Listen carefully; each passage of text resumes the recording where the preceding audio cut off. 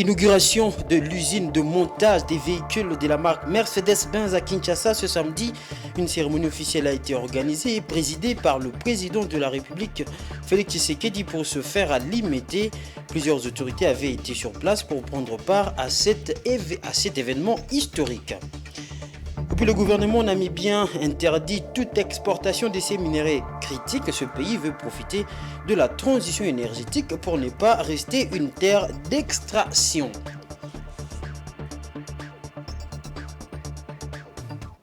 Voilà pour les titres, mesdames et messieurs. Bonsoir et bienvenue à cette édition d'information sur Géopolis Télévision.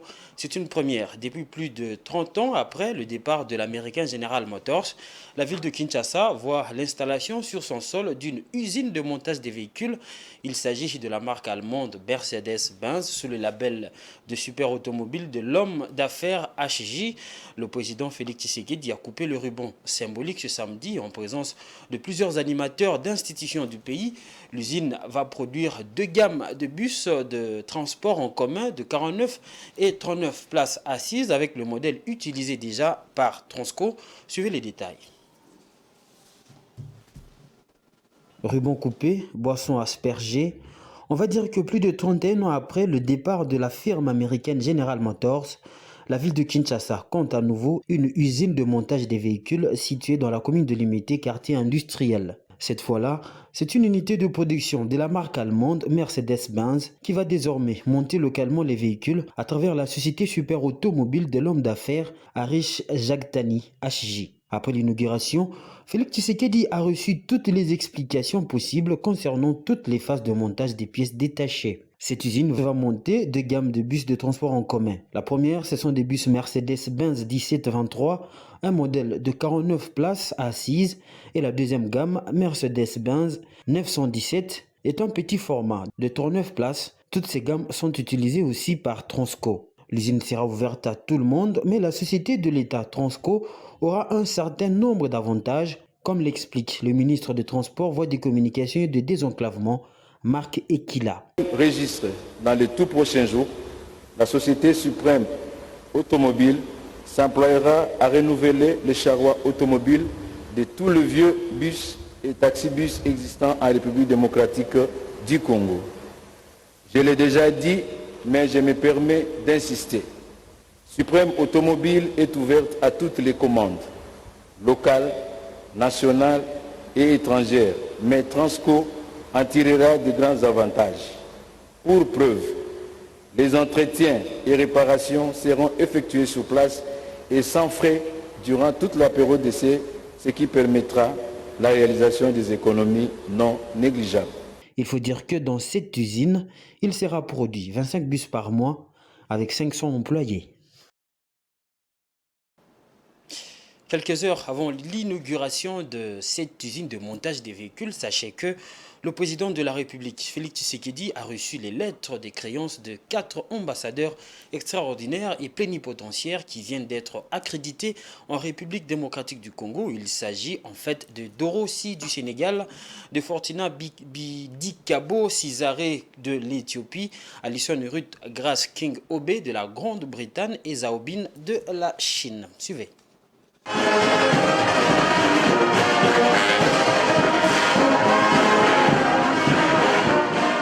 Balai diplomatique, raffermissement de relations bilatérales, d'amitié et de coopération entre la République démocratique du Congo et 4 pays, respectivement le Sénégal, le Royaume-Uni, l'Éthiopie et la Chine, dont les ambassadeurs extraordinaires ont présenté tour à tour leurs lettres de créance ce jeudi 8 juin au président de la République Félix Antoine Tshisekedi Tshilombo au Palais de la Nation. Reçu le premier par le chef de l'État, Dorossi est le nouvel ambassadeur de la République du Sénégal à RDC. Il est détenteur d'un baccalauréat en économie et d'un certificat d'études en politique et relations internationales de Paris en France. Le diplomate sénégalais était notamment assistant à la Société nationale d'électricité du Sénégal à Dakar et superviseur à la caisse d'assurance maladie. Madame Alison Ruth Grace King Obé a été reçue par le président de la République en sa qualité d'ambassadeur extraordinaire et plénipotentiaire de Sa Majesté britannique en République démocratique du Congo. Elle a été conseillère juridique adjointe au département des affaires étrangères et du Commonwealth au Royaume-Uni. À Khartoum, au Soudan, elle a été directrice à la section politique de l'ambassade de son pays. Madame Alison King a assumé les charges de représentante permanente du Royaume-Uni à l'Union européenne à Bruxelles. Elle est professeure assistante en droit à l'Université de Columbia. C'était ensuite au tour de Madame Fortuna Dibako Cesare, ambassadeur d'Éthiopie, de présenter ses lettres de créance au président de la République Félix Antoine Tshisekedi Tshilombo. Diplomate de carrière, elle a une vaste expérience des relations multilatérales, bilatérales et de l'expertise sur diverses questions d'actualité, notamment les négociations intergouvernementales sur les objectifs de développement durable, la réforme du Conseil de sécurité des Nations Unies, le changement climatique et le développement économique. Madame l'ambassadeur d'Éthiopie a travaillé comme chef des missions adjointes avec rang d'ambassadeur en Belgique, aux Pays-Bas, au Luxembourg, aux institutions de l'Union européenne et à l'Organisation des États des Caraïbes et du Pacifique à Bruxelles. Elle a une maîtrise en coopération internationale et économie de développement obtenue à Rome en Italie, un diplôme en informatique de l'Université d'Addis Abeba et une licence en économie de l'Université d'Asmara en Érythrée. Zhao Bin, le nouvel ambassadeur de la République populaire de Chine à RDC, a clôturé la série des audiences auprès du président de la République. Titulaire d'un diplôme de master, il a travaillé notamment comme directeur au département des affaires de l'Europe du ministère des Affaires étrangères de Chine, conseiller puis ministre conseiller à l'ambassade de Chine en France. Avant son accréditation à Kinshasa, l'ambassadeur Zhao Bin a exercé les fonctions de directeur général adjoint au département des affaires de l'Europe en Chine. Il arrive à Kinshasa en ce moment où la RDC et la Chine réchauffent leur coopération qui se veut globale et un partenariat stratégique au bénéfice des deux peuples congolais et chinois.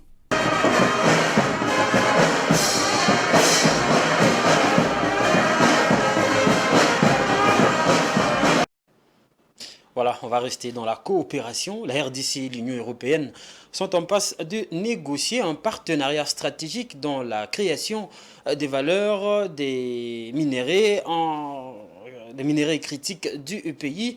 Les pourparlers sont déjà en cours. Le Premier ministre a été chargé par le chef de l'État, Félix Tshisekedi, à la dernière réunion du Conseil des ministres, de constituer une équipe avec les secteurs concernés qui va se charger des négociations avec l'Union européenne pour aboutir à une signature d'un protocole d'accord avant le mois de septembre 2023.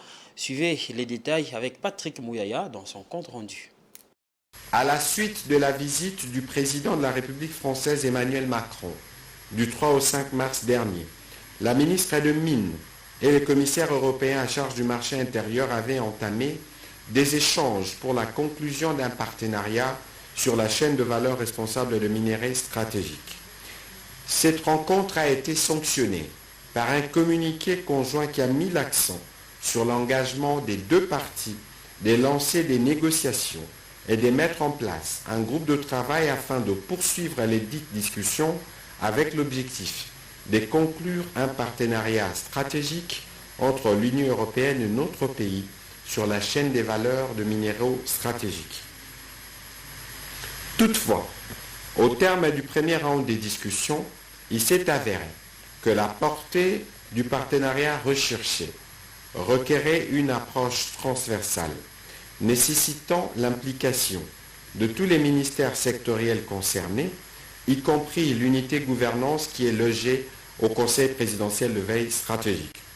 Le Premier ministre a donc été chargé de constituer une équipe congolaise multisectorielle et inclusive qui composera le comité des négociations habilité à discuter avec les officiels de l'Union européenne pour aboutir à la signature avant le mois de septembre 2023 d'un protocole d'accord entre la République démocratique du Congo et la Commission européenne par sa délégation dans notre pays.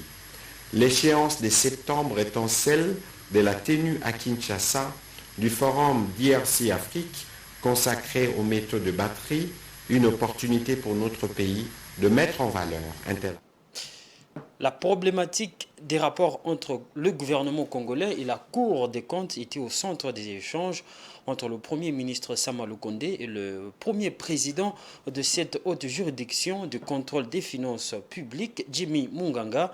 C'était lors d'une audience que le chef du gouvernement a accordée à ce haut magistrat dans la soirée de ce jeudi à la primature. Selon la Constitution de la République démocratique du Congo, telle qu'instituée en 2006 et modifiée en 2011, la Cour des comptes est cette institution étatique chargée de contrôler les finances, les biens et les comptes des provinces, des entités territoriales décentralisées ainsi que des organismes publics. Conformément à la volonté du chef de l'État, l'institution est en pleine redynamisation. C'est l'une des raisons de cette audience du Premier ministre accordée au premier président de la Cour des comptes, Jimmy Munganga. Et lorsqu'on parle de contrôle, on voit d'abord le contrôle du gouvernement.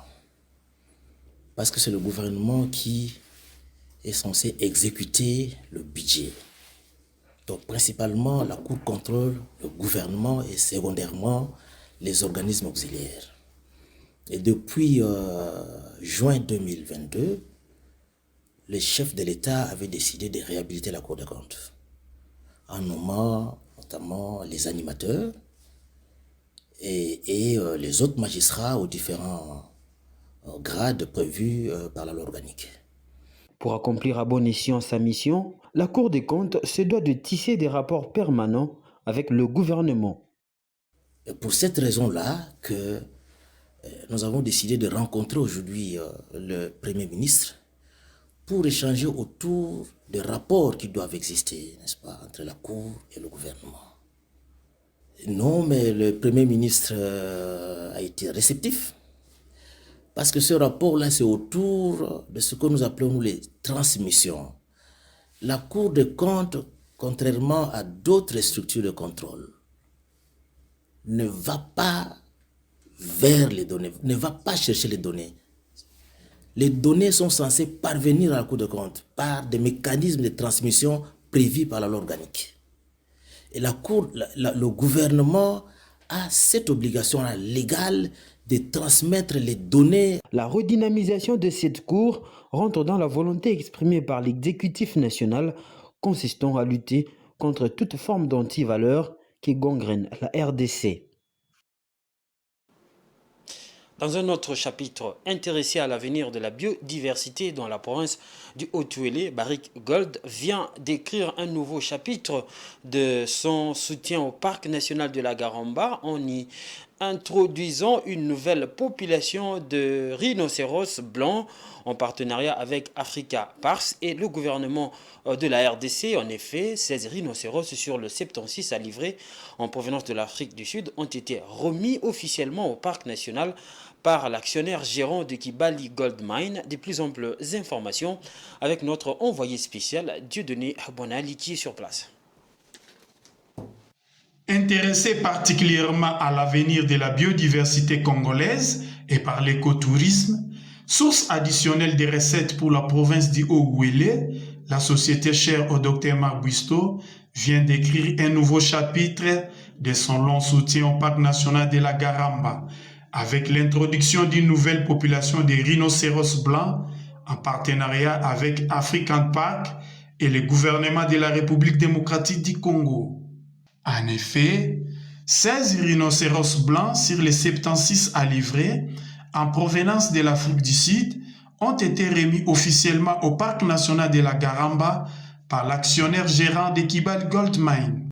La première livraison de 8 pachydermes est intervenue le samedi 3 juin 2023 et la seconde, quant à elle, est intervenue 6 jours après, soit le vendredi 9 juin dernier, au sein même du parc de la Garamba. D'une superficie de 5200 km² est située dans la province du Haut-Uélé, à proximité de la frontière avec le Soudan du Sud.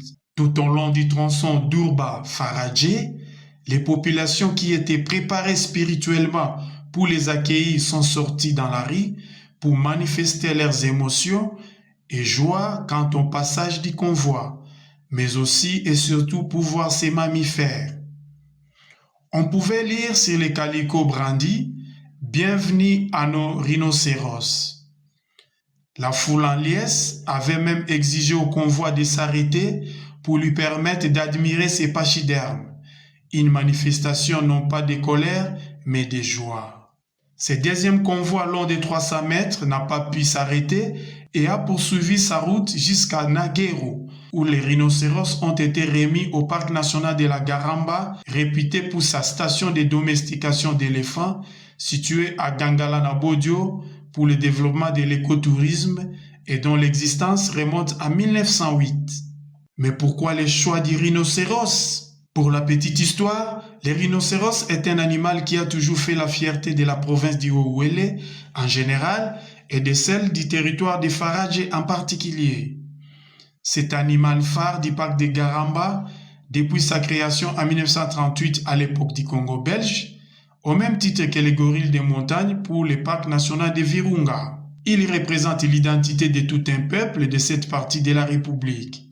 Kibali Goldmine en a fait son animal totem, symbole de force, ténacité, détermination et puissance, avec lesquels elle extrait des filons d'or des entrailles du sous-sol du Congo pour en faire des lingots d'or. Aujourd'hui, cette population est restreinte et ne compte plus qu'une dizaine d'individus dans les parcs et 9 en captivité. Le parc national de la Garamba avait été plusieurs fois victime des attaques des groupes armés, notamment la LRA, les Seleka, les éleveurs Mbororo et les braconniers locaux à la recherche plus de son ivoire bon marché que de sa viande. Aujourd'hui, cette histoire appartient désormais au passé grâce au déploiement de l'armée bien équipée dans la région. Il s'est de noter que l'acheminement de ces rhinocéros achetés en Afrique du Sud avec la pluie majeure des barriques et Beyond se fera en 3 ou 4 livraisons. Et la dernière livraison se fera en 2024. Objectif, revaloriser cette aire protégée qui était auparavant classée sur la liste rouge des patrimoines mondiaux de l'UNESCO en voie de péril pour le repeuplement et l'écotourisme. Voilà, c'était là les images amateurs. Nous présentons nos excuses pour ça. Nous allons revenir avec des belles images dans nos prochaines éditions. Toujours en rapport avec l'avènement de ces 6 rhinocéros dans le parc national des Garamba par Barrick Gold ce vendredi. Le gouverneur de la province du Haut-Uélé, Christophe Baziane-Nanga, qui a assisté à l'événement, a donné ses impressions sur les retombées de cette grande acquisition. Suivons-le au micro de notre envoyé spécial Dieudonné Boinali.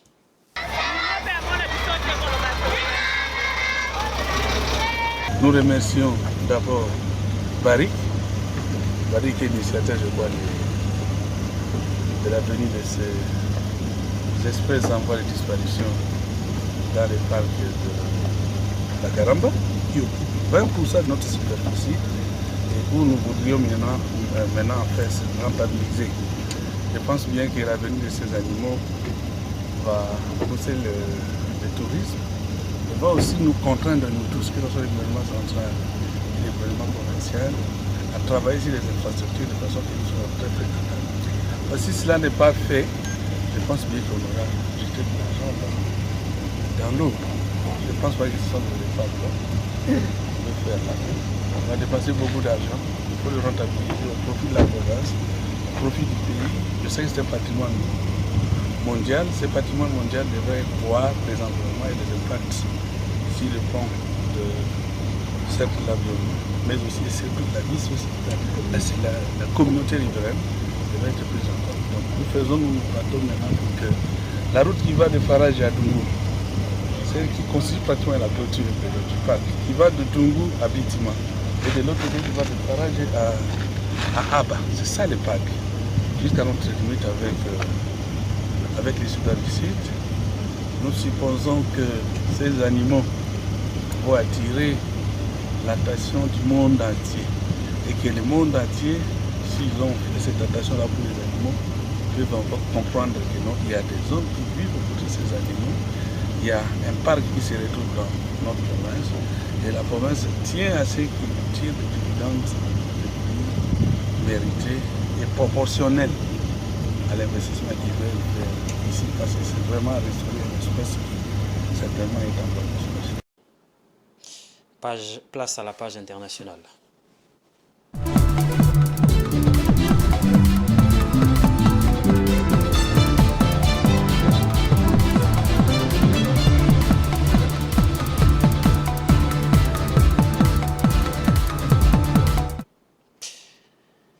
Depuis quelques années, les investissements miniers sont en hausse en Namibie en raison des minéraux critiques que son sous-sol héberge. Dans ce pays de l'Afrique australe veut profiter de la transition énergétique pour ne pas se contenter des revenus liés à la simple extraction de minerais.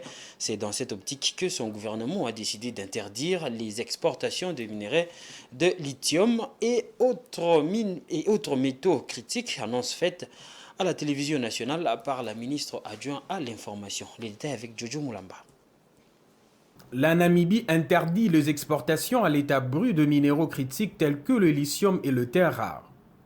Cette décision, qui n'empêchera pas l'exportation de petites quantités des minéraux concernés, survient alors que le pays attire de plus en plus d'investissements dans son secteur minier à cause des importantes réserves de métaux stratégiques.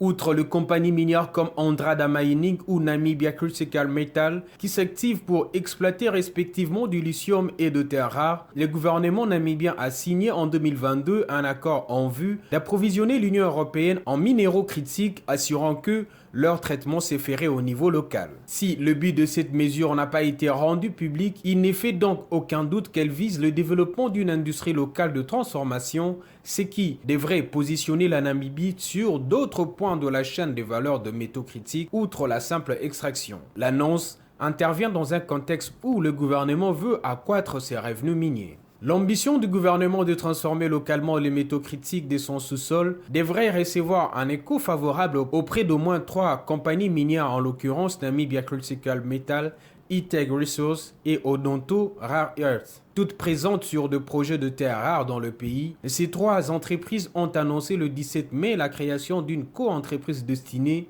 à évaluer la faisabilité d'une usine locale de séparation de terres rares pour fournir le marché de véhicules électriques et des turbines éoliennes en aimant permanent.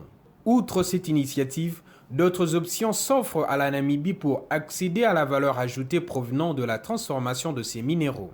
Il s'agit notamment de la coopération sous-régionale avec d'autres pays producteurs comme le Zimbabwe ou l'Afrique du Sud, à l'instar du projet initié par la RDC et la Zambie.